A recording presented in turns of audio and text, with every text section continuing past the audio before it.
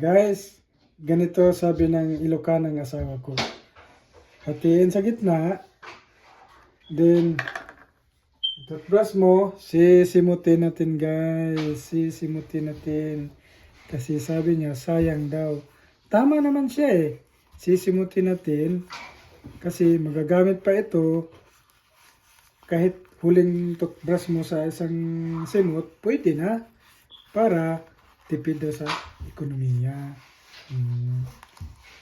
Ayan.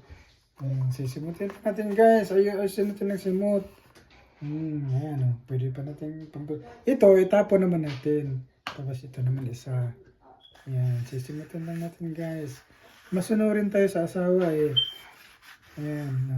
Tama naman siya guys eh. Kaya Ilocano siya. Alright.